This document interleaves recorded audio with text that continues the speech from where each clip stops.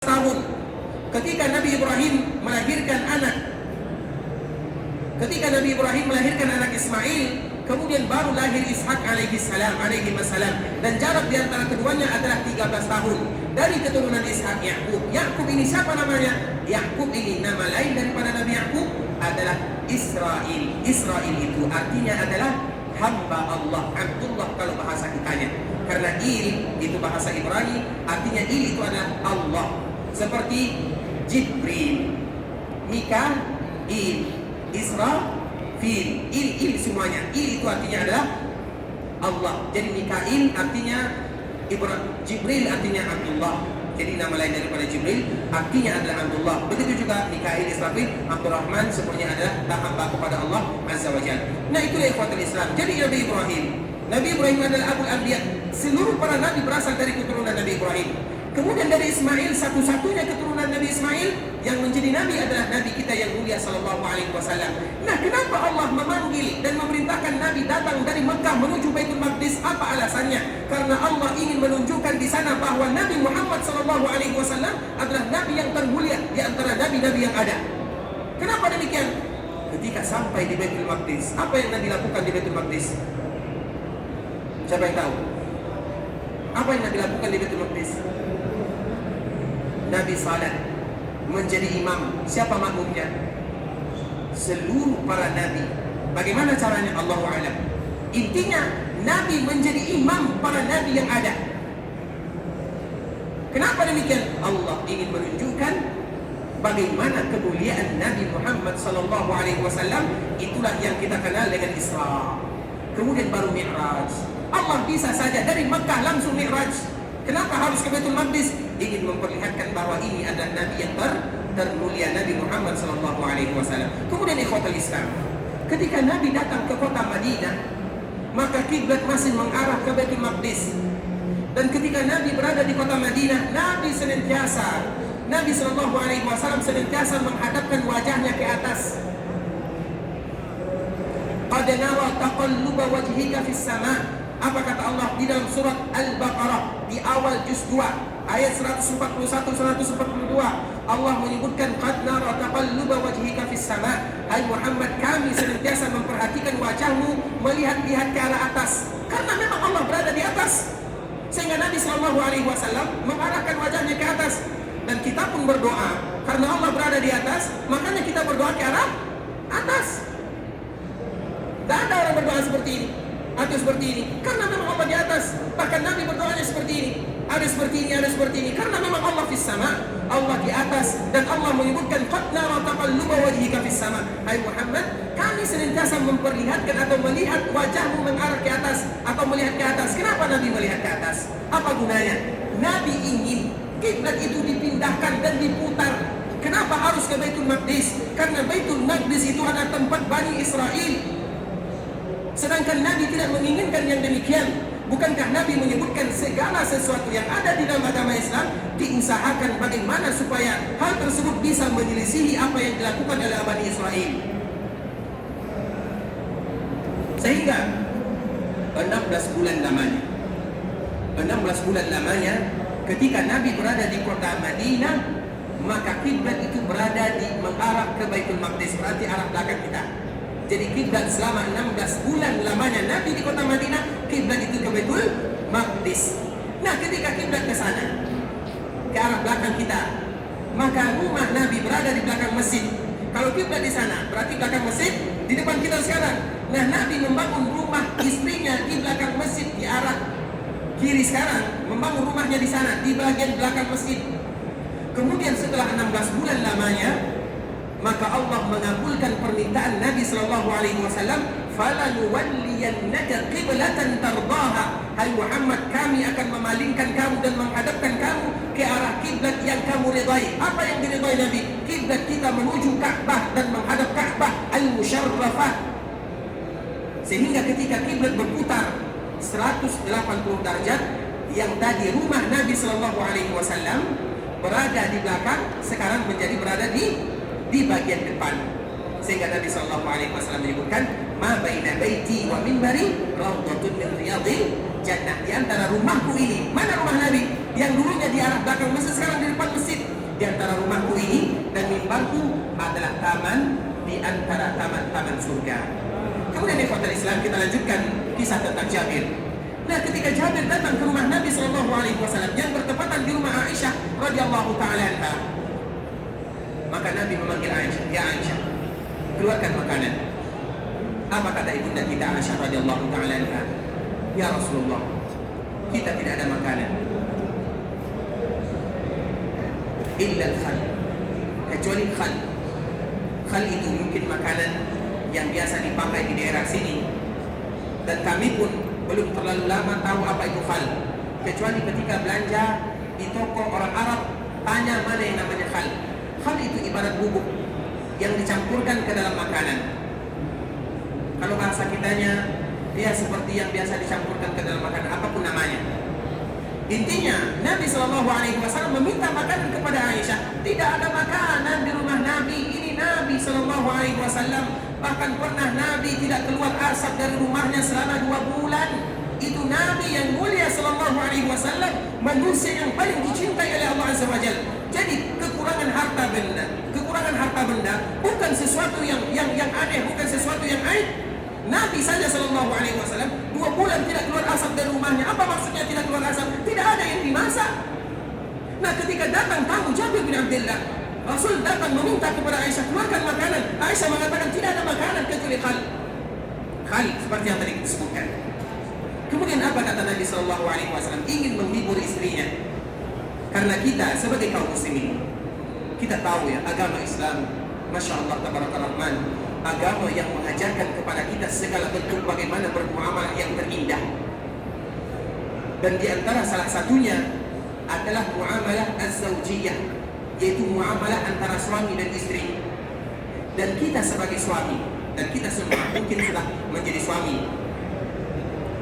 Apa kata Nabi SAW? Tidak boleh bagi kita kalau disediakan dan disuguhkan makanan untuk mencela makanan tersebut. Kalau seandainya kita suka kepada makanan, makan. Kalau kita tidak suka, tinggalkan, selesai. Jangan dihina. Misalnya istri kita membuat makanan keasinan, ini kenapa tidak pandai masak? Tidak demikian ajaran Nabi SAW. Istri kita sudah lelah, sudah letih memasak. Terus ketika kita ingin makan keasinan, kemudian kita marah, 2 kali penatnya, 2 kali lelahnya. Lelah dia memasak dan lelah makanannya tidak dimakan, kemudian makanannya dihina. Siapa yang mau dilakukan demikian, diperlakukan demikian? Sehingga Nabi mengajarkan, kalau kita suka makan, kalau kita tidak suka tinggalkan. Nah, Nabi SAW ingin mengajarkan yang demikian dan ingin menghibur istrinya, hati istrinya. Apa kata Nabi SAW? Ketika mendengarkan Aisyah mengatakan, "Ya Rasulullah, kita tidak ada makanan kecuali khal." Apa kata Aisyah? "Ni'mal udur al-khal." Maka Nabi menyebutkan, ketahuilah hai Aisyah, untuk menghibur istrinya, sesungguhnya khal adalah makanan yang terbaik. Keluarkan sini wahai Aisyah. Sehingga Aisyah merasa bangga dan dikeluarkan khal tersebut. Kemudian Nabi ketika menyebutkan bahwa makanan yang paling bagus, yang indah adalah khal. Hadis ini, ucapan Nabi ini didengar oleh Jabir yang tadi datang ke rumah Nabi. Apa kata Jabir yang meriwayatkan hadis ini? Jabir bin Abdullah, salah seorang sahabat yang berasal dari kota Madinah. Apa kata Jabir? Semenjak Nabi mengatakan yang demikian, semenjak itu pula lah aku cinta kepada khal.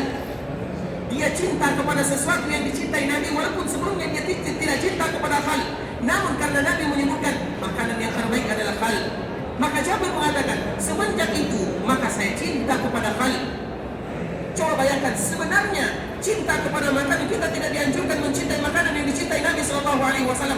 Namun ini adalah bukti cinta. Bukankah ketika kita cinta kepada seseorang, segala bentuk yang dia lakukan, yang dia makan, yang dia pakai, kita pasti akan berusaha untuk menirunya? Bukankah itu yang namanya cinta? Dan cinta kita kepada Nabi SAW, kita berusaha bagaimana kita cinta dengan sesuatu yang Nabi cinta. Nah, ketika Jabir mendengarkan Nabi menyebutkan ni'mal udum al-khal, sesungguhnya makanan yang terbaik adalah khal, Jabir menyebutkan, semenjak Nabi menyebutkan yang demikian, semenjak itu pula aku cinta kepada khal. Kemudian hadis ini diriwayatkan lagi oleh sahabat Jabir yang bernama Talha bin Nafi'. Ketika aku meriwayatkan hadis dari Jabir ini, kata Talha, maka ketika itu pula aku cinta kepada khal. Kenapa dia cinta kepada khal? Karena Nabi cinta kepada khal. itulah yang namanya cinta kepada Nabi Sallallahu Alaihi Wasallam. Kita suka kepada sesuatu yang disukai Nabi Sallallahu Alaihi Wasallam, walaupun itu tidak sesuatu yang diwajibkan.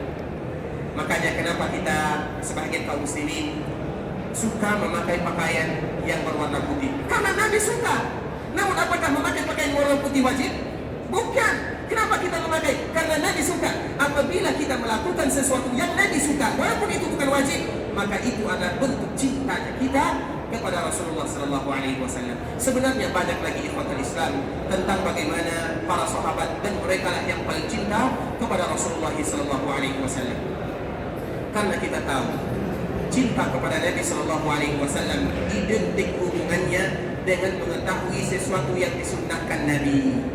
Dan sunnah Nabi, kita sering mendengar kalimat sunnah Nabi. Sunnah Nabi itu maknanya adalah segala sesuatu perbuatan dan percakapan persetujuan dari Nabi Sallallahu Alaihi Wasallam. Dan sunnah ini banyak macamnya. Ada sunnah Nabi yang hukumnya wajib, seperti minum, makan pakai tangan kanan. Itu sunnah Nabi. Namun hukumnya wajib. Wajib kita makan dan minum pakai tangan kanan. Kalau kita cinta kepada Nabi, jangan ada setelah ini di antara kita yang minum makan pakai tangan kiri. Cinta apa yang kita berikan kepada Nabi Sallallahu Alaihi Wasallam? Kalau kita tidak bisa mengindahkan perintah Nabi Sallallahu Alaihi Wasallam, itulah yang namanya sebenar-benar cinta. Nah, ketika kita mendengarkan Nabi menyebutkan makan minum pakai tangan kanan, maka kita makan minum pakai tangan kanan. Dan ini adalah sunnah Nabi, hukumnya wajib. Wajib ini hukumnya.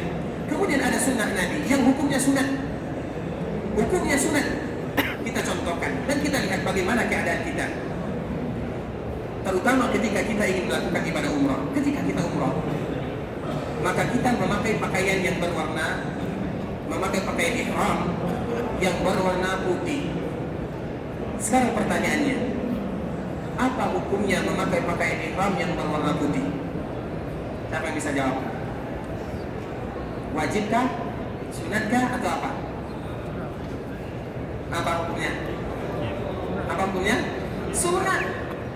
Sunat itu maksudnya kalau ada sebahagian kaum muslimin yang mereka tidak memakai pakaian yang berwarna putih ketika mereka memakai pakaian ihram, tidak berdosa. Hukumnya sunat. Namun walaupun hukumnya sunat, tidak wajib. Adakah kita lihat kaum muslimin yang tidak memakai pakaian yang berwarna putih? Apa maksudnya? Berarti kita cinta kepada sunnah Nabi Sallallahu Alaihi Wasallam. Ketika kita tidak mau meninggalkan sesuatu yang hukumnya sunat, kenapa kita juga tidak melakukan sesuatu yang disunnahkan Nabi terhadap keadaan-keadaan yang lain? Bisa dipahami ya? Sunnah itu banyak macamnya. Ada yang wajib, ada yang sunat, bahkan ada yang mubah. Yang mubah itu bagaimana? Yang tadi kita contohkan kepada Jabir. Jabir suka kepada makanan ini, walaupun hukumnya mubah. Tidak berdosa kita kalau kita tidak suka kepada hal. Terutama daerah-daerah kita yang berasal dari Asia Tenggara sana, kadang-kadang berbeda makanan kita dengan makanan yang ada di sini. Tidak berdosa kita kalau kita tidak suka kepada hal.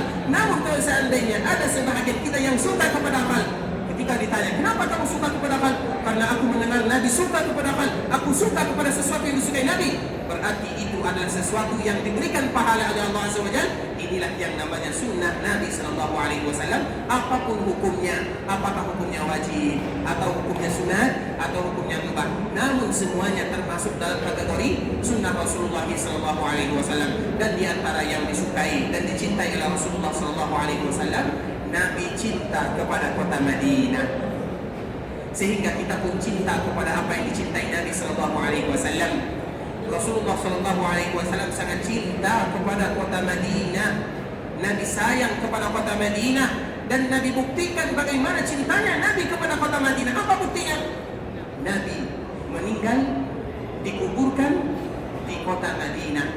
Sehingga yang harus kita hadirkan di kota Islam, setiap kaum muslimin yang datang ke kota Madinah, ingat, ketika kita berada di Masjid Nabawi, seolah-olah kita bertetangga dengan Nabi yang mulia Sallallahu Alaihi Wasallam. Tidak jauh jaraknya Nabi dengan kita. Dan Nabi Sallallahu Alaihi Wasallam cinta kepada kota Madinah. Dengan cintanya Nabi kepada kota Madinah, Nabi meninggal wafat dikuburkan di kota Madinah. Bisa saja Nabi pulang ke kota Mekah, tempat kelahiran Nabi Sallallahu Alaihi Wasallam.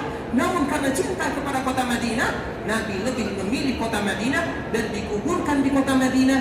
dan setiap kita yang datang ke kota Madinah atau mereka yang berada di kota Madinah seolah-olah mereka sedang bertetangga dengan Nabi yang mulia sallallahu alaihi wasallam ketika kita diberikan kesempatan oleh Allah Azza wa Jalla bisa bertetangga dengan Nabi di dunia. Kita meminta dan berharap kepada Allah agar kita pun bisa bertetangga dengan Nabi sallallahu alaihi wasallam di akhirat kelak. Amin amin ya rabbal alamin.